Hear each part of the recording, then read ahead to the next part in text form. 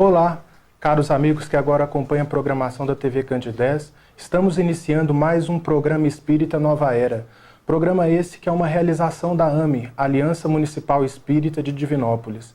E como já é de conhecimento de todos, o nosso objetivo é levar até você, telespectador, a proposta educativa e consoladora da doutrina espírita, através da abordagem de diversos temas à luz da doutrina dos espíritos.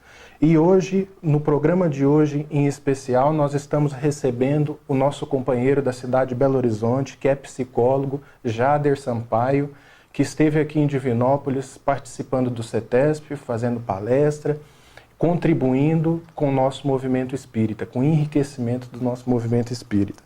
E no programa de hoje, ele veio falar sobre provas da imortalidade através da mediunidade. Bom dia, Jader. Bom dia. Seja bem-vindo. Muito obrigado.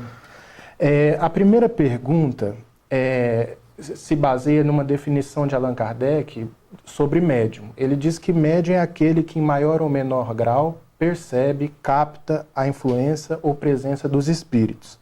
Quais apontamentos nós podemos fazer da autenticidade dessas percepções, principalmente no sentido da identidade do espírito que se comunica?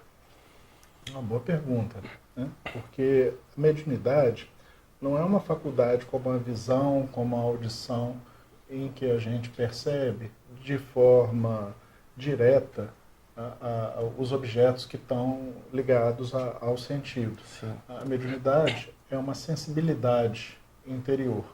E há diferentes tipos de médiuns, diferentes formas de percepção. Desde médiuns que têm faculdades que Kardec chamava de mecânicas, ou que os ingleses gostavam de chamar de automatismos. Tá? Há faculdades que são mais intuitivas. O médium capta o sentimento ou o pensamento do espírito, percebe que é um sentimento ou pensamento diferente do dele, né? E passa para o papel ou fala para as pessoas que estão próximas. A questão da identidade, ela vai depender muito da relação que o consulente faz com o médium, que as pessoas que procuram a mediunidade fazem. Porque, por exemplo, nós utilizamos a mediunidade para poder atender espíritos em sofrimento, poder auxiliar espíritos em sofrimento.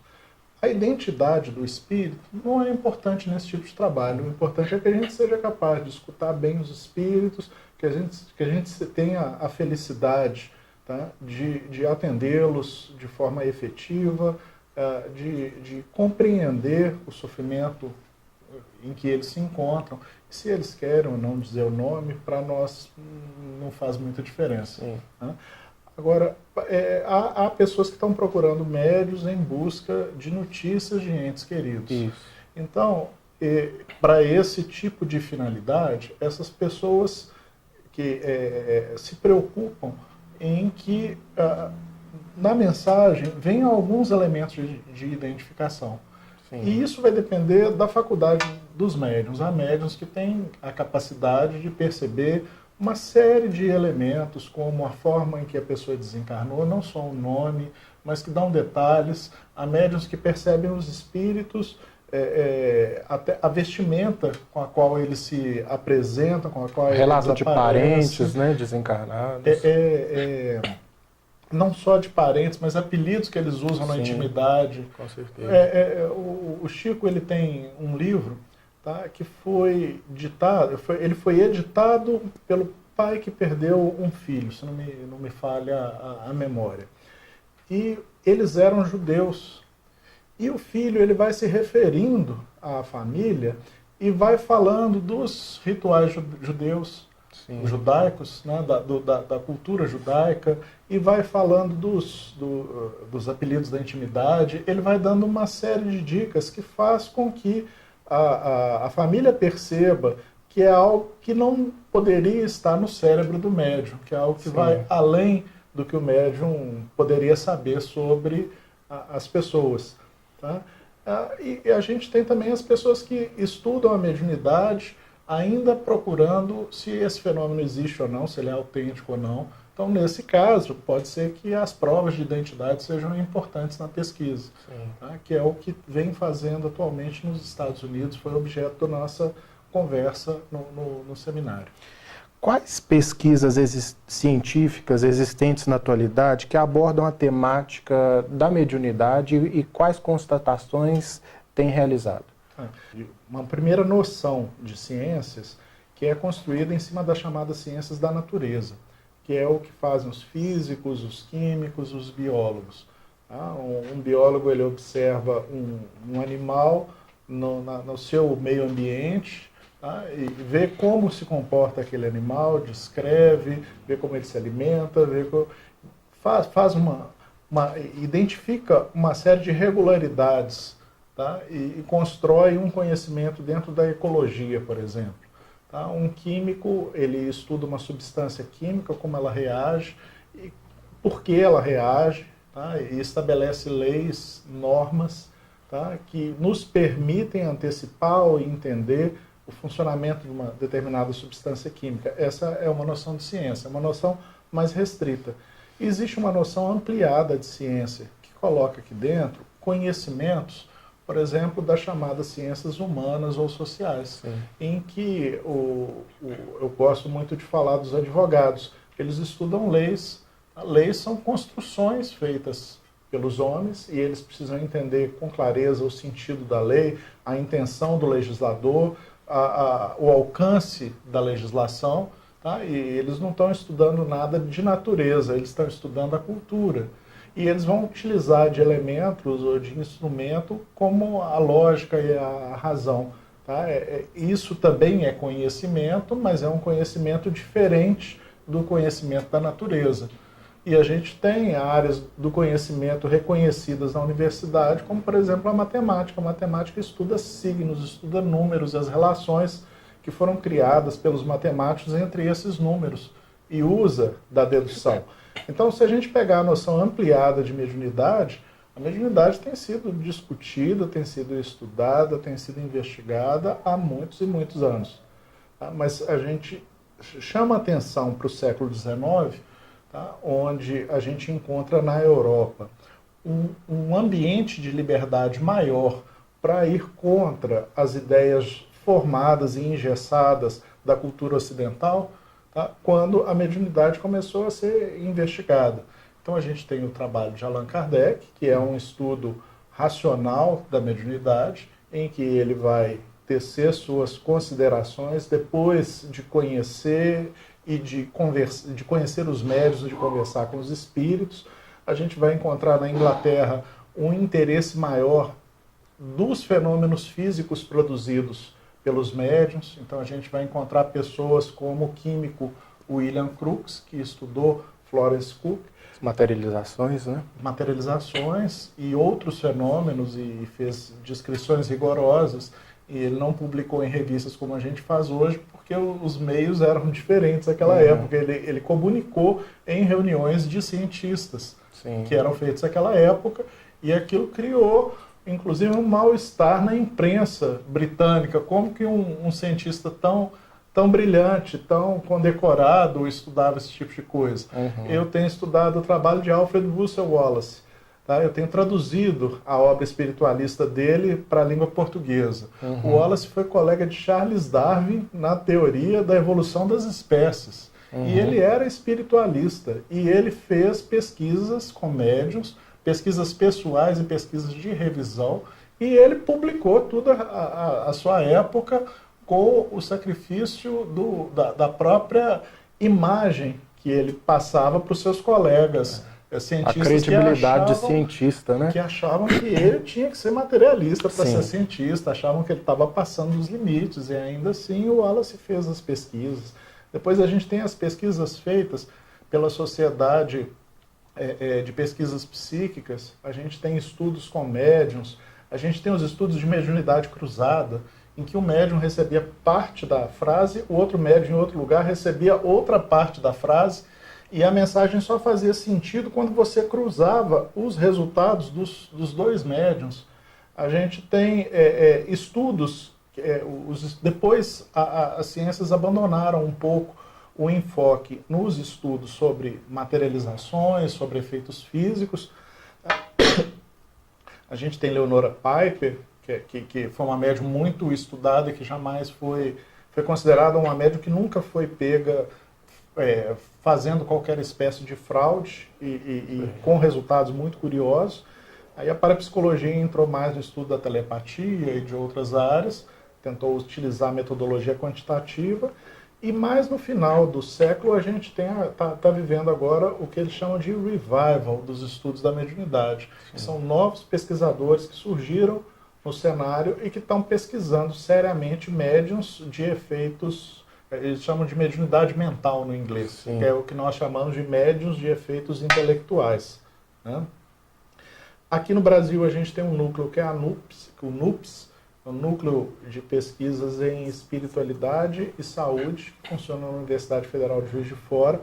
Eles vêm trazendo pesquisadores do mundo inteiro, de diversos lugares Sim. do mundo, que trabalham com pesquisas sobre diversos assuntos, inclusive a mediunidade. E eles têm realizado pesquisas e publicado em órgãos internacionais.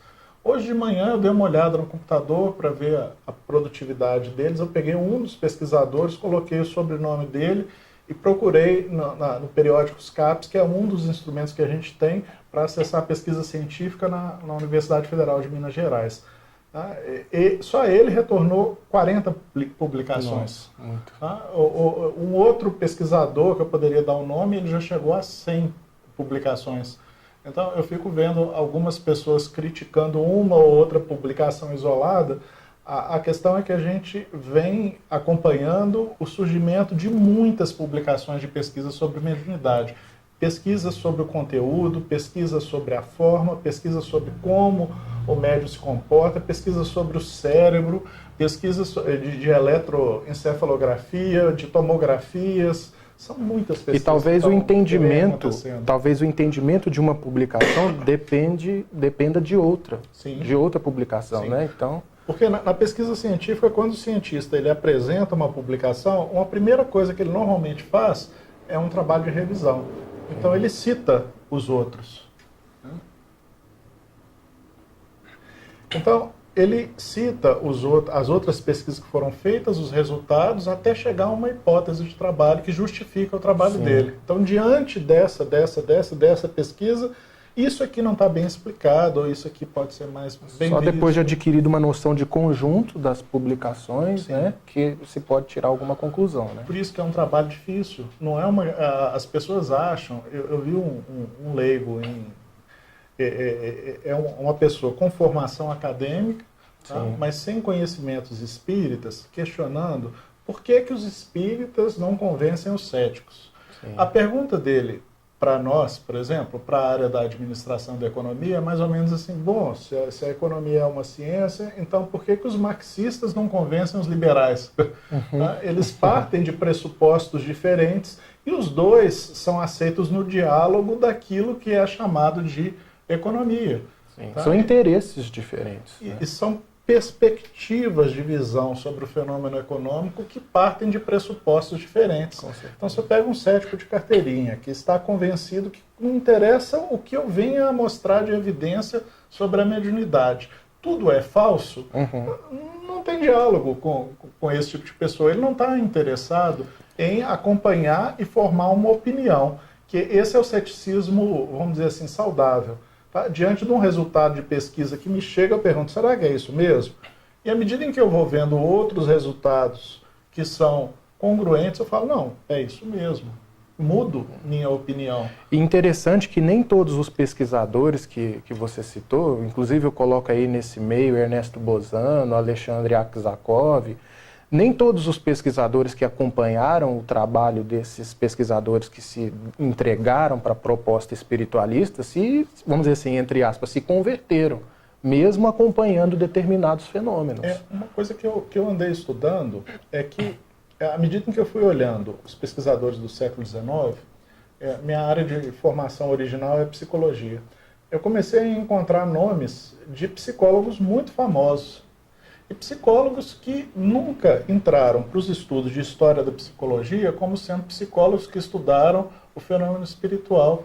E a grande maioria deles, quer concordasse, quer no final não aceitasse, estudavam os fenômenos espirituais no final do século XIX. Tá? Recentemente eu assisti uma defesa de tese sobre William James. Recentemente eu assisti uma defesa de tese sobre um psicólogo chamado William James. Na UFMG eu já tinha visto um pesquisador dizer que ele era responsável pela retirada do conceito de mente da psicologia, porque ele só conhecia o lado funcionalista do James. Quando a gente foi ler, o James é fundador da Sociedade Americana de Pesquisa Psíquica, ele estudou médiuns, ele tinha uma grande produção ligada à questão da mediunidade, tá? E o estudioso brasileiro estava resgatando essa trajetória do James, que é pouco conhecida hoje na psicologia. Às vezes a pessoa é até injustiçada a personalidade, né, Sim. ao longo da história. Wundt, que é considerado fundador da psicologia experimental, estudou fenômenos mediúnicos. Eu posso falar muitos psicólogos famosos aqui, tá, da história da psicologia que estudaram fenômenos mediúnicos. Hoje a gente teve a oportunidade de falar do Jung, que o primeiro trabalho dele foi como uma médium. Ele não foi favorável à tese da mediunidade, mas ele estudou o fenômeno. Sim. Tiveram abertura, porque às vezes o cientista não tem essa abertura por preconceitos, por preconceitos que, na verdade, fazem com que eles recuem à investigação de determinados fenômenos. E alguns que são mais honestos mudam de opinião. E o último trabalho da vida dele, ele começa a falar, olha, minha teoria explicou uma série de coisas que são todas psicológicas. Mas ele começou a falar, mas não explicou uma série de outras coisas. Ele não explicou como que ele tinha dormido e sonhado que tinha ido à casa do vizinho e que o vizinho que havia sido morto tinha lhe apontado um livro. E aí no outro dia ele vai, todo sem graça, pedir a vizinha para poder entrar na casa deles, que ele nunca tinha entrado, e ele explicou, olha, eu sonhei com seu marido me apontou um livro. E o livro falava sobre a vida após a morte. Ele chegou à biblioteca que ele viu nos sonhos, era a biblioteca que lá estava, e o livro não tinha nenhum conteúdo específico, mas falava sobre a vida após a morte. Ele falava assim, olha, isso eu não consigo explicar com arquétipos. Jader, inegavelmente, Chico Xavier é uma grande referência no campo da mediunidade. Inúmeros fenômenos na trajetória desse grande missionário foram registrados pela história. Psicografia simultânea com as duas mãos, algumas curas, até materializações que depois foram repreendidas por Emmanuel depois de algumas experiências. Aí eu te pergunto, até que ponto o fenômeno ainda continua sendo importante ante a urgência da educação do espírito? Olha, a gente tem que pensar no seguinte, são duas coisas diferentes e duas coisas extremamente importantes. Tá? Uma coisa somos nós, pessoas, pensando como viver melhor no mundo, como viver melhor, tá? Pensando como a gente deve educar os nossos filhos, que sociedade a gente deseja construir para nós. Sim. Essas são todas questões que tangenciam a educação. Outra coisa é o fenômeno mediúnico. O fenômeno, continua sendo importante estudar o fenômeno, porque existe uma faculdade chamada mediunidade. Essa faculdade ela é proposta e defendida por muitas pessoas, mas ela ainda não é aceita por todas as pessoas do mundo, há pessoas que questionam a existência da mediunidade, e os estudos do fenômeno, se feitos por pessoas com formação capazes de dialogar com o meio acadêmico, tá, vai trazer novas luzes e vai trazer para nós, que conhecemos um pouco sobre mediunidade, mais conhecimento sobre como a mediunidade funciona. Então, uma coisa não é contrária à outra. Sim. Agora, cada um de nós tem que ver o que a gente deseja fazer da vida e o que é mais urgente e mais importante para todos nós. Elas não excluem uma a outra, né? Não, na minha opinião, elas não excluem uma a outra. Agora, há pessoas que se enganam acreditando que estão se autoeducando, quando na verdade não estão realmente fazendo o trabalho. E há pessoas que se enganam também acreditando que estão pesquisando, mas na verdade não tiveram a formação necessária para poder fazer o trabalho. Sim. É como se fossem médicos charlatães, querendo exercer a medicina sem a formação médica. Uhum. Tá? Então a gente precisa saber qual é a nossa contribuição, qual é o nosso projeto de vida, o que a gente precisa para fazer o que a gente vai fazer da melhor forma possível. Com certeza. Qual é a diferença, Dr.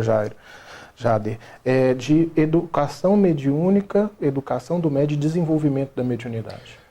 Desde Kardec percebe que existem duas coisas na mediunidade. Uma coisa é a faculdade. Há pessoas que têm a faculdade mediúnica, vou dizer assim, muito tímida, em forma de germe, incipiente, tá? E que precisam do exercício dessa faculdade para tomarem contato com o seu potencial, com o que eles são capazes de fazer. Esse é o desenvolvimento. Sim. A educação é a seguinte, um autor espírita chamado Hermínio Miranda, ele compara a mediunidade com a arte. Então, ele diz que as duas são atividades criativas. Mas, na questão da arte, o artista, ele, como a arte é uma forma de expressão, ele pode expressar toda a sua loucura na arte, ele pode expressar a sua perturbação na arte, ele pode expressar a sua negação da arte, tá? E sem qualquer problema. Sim. Mas o médium ele precisa se educar para poder ter uma contribuição efetiva aos espíritos que se comunicam, para poder entrar em contato com as pessoas que estão em luto e que precisam de auxílio. Ele não exercita a sua faculdade em estado de perturbação. Sim. Então, ele faz um trabalho de educação consigo mesmo para o bom exercício da sua faculdade. Com certeza. O Livro dos Espíritos, na questão 799, coloca que a destruição do materialismo seria a grande contribuição do espiritismo para o progresso. Até que ponto a mediunidade contribuiu, vem contribuindo e contribuirá para esse objetivo? Olha, primeiro eu acho que a gente tem que fazer as dimensões. Sim. Porque quando a gente fala em destruição do materialismo, a gente está falando de uma coisa metafísica, abstrata. Tá? Então a gente está falando de uma forma de pensamento, tá, que acredita que tudo que existe no mundo pode ser explicado em termos de biologia, química, física. Sim. Tá? É o materialismo, é isso que existe. Até alguns materialistas acreditam que até a psicologia poderia ser explicada exclusivamente pela biologia, física, química, é o que a gente chama de reducionismo. Tá? Nós, da psicologia, sabemos que a psicologia tem uma interação com o organismo, tem uma interação com a sociedade, tá? Mas vai além da física, química e da biologia. Tá? Então, quando a gente fala em destruição do materialismo, eu pergunto assim, em que dimensão? Porque quando o Espiritismo mostra uma série de evidências que vão contra essa forma reducionista de enxergar a vida, o Espiritismo pode destruir o materialismo na mente do amigo que está filmando a gente aqui agora. Sim. Tá? Ele deixa de ser materialista e aceita uma perspectiva. É uma forma de destruição do materialismo. Ele deixa de pensar o mundo dentro dos estreitos cânones de uma pessoa. Mas eu posso pensar num ambiente acadêmico, Sim. Então dentro de uma disciplina. Então, à medida em que o Espiritismo mostra evidências da existência após a morte, se as pessoas que estão dentro do ambiente acadêmico, num curso de psicologia, resolvem prestar atenção nos trabalhos e nos resultados que são dados, eles podem desenvolver uma nova perspectiva para poder enxergar o homem e vão ter que reconstruir a psicologia. Uma vez eu estava assistindo uma conferência de um autor que pesquisava psicologia transpessoal nos Estados Unidos, que estava em Belo Horizonte. Tá? E não sabia quem era, não conhecia, era aluno do curso de psicologia, e essa pessoa começou a comentar em voz alta, como a gente costuma fazer aqui em Minas, aquilo que o conferencista falava. E a pessoa falava assim, puxa, ele está falando disso, ele está falando de telepatia. O curso de psicologia devia estudar os estudos sobre telepatia. Olha, daria uma dissertação de mestrado essa discussão que está sendo feita sobre mediunidade. Tá? E eu estou assim, gente, mas que professor diferente, que professor é esse? Era o professor Pierre Vai, que tinha sido um professor importante no departamento de psicologia da UFMG e que tinha uma vida materialista. Tá? Companheiro do Jean-Yves Leloup, né? Sim, ele teve uma doença grave e aí foi procurar um monastério budista. Ele teve uma experiência pessoal em que ele se viu como algo mais do que um organismo E ele voltou entusiasmado e construiu a Universidade da Paz no Brasil e desenvolveu uma série de estudos novos dentro da psicologia. Tá? Então, isso não deixa de ser uma forma de destruição do materialismo. E a gente tem uma dimensão social. Quando a sociedade toda concordar que a vida não termina com a morte, tá? Como a gente vai passar a viver e como a gente vai escolher as regras que regem a sociedade, as relações, como que a gente vai repensar as relações entre as pessoas. Tudo isso aí está ligado à ideia de destruição do materialismo que Kardec fala. Jader Sampaio, nós te agradecemos a colaboração, os esclarecimentos. Agradecemos também os nossos telespectadores, lembrando ainda que o nosso programa vai ao ar todo sábado às 9h30 da manhã, com uma reprise às terças-feiras às 7 horas da manhã. Muita paz e até o nosso próximo encontro.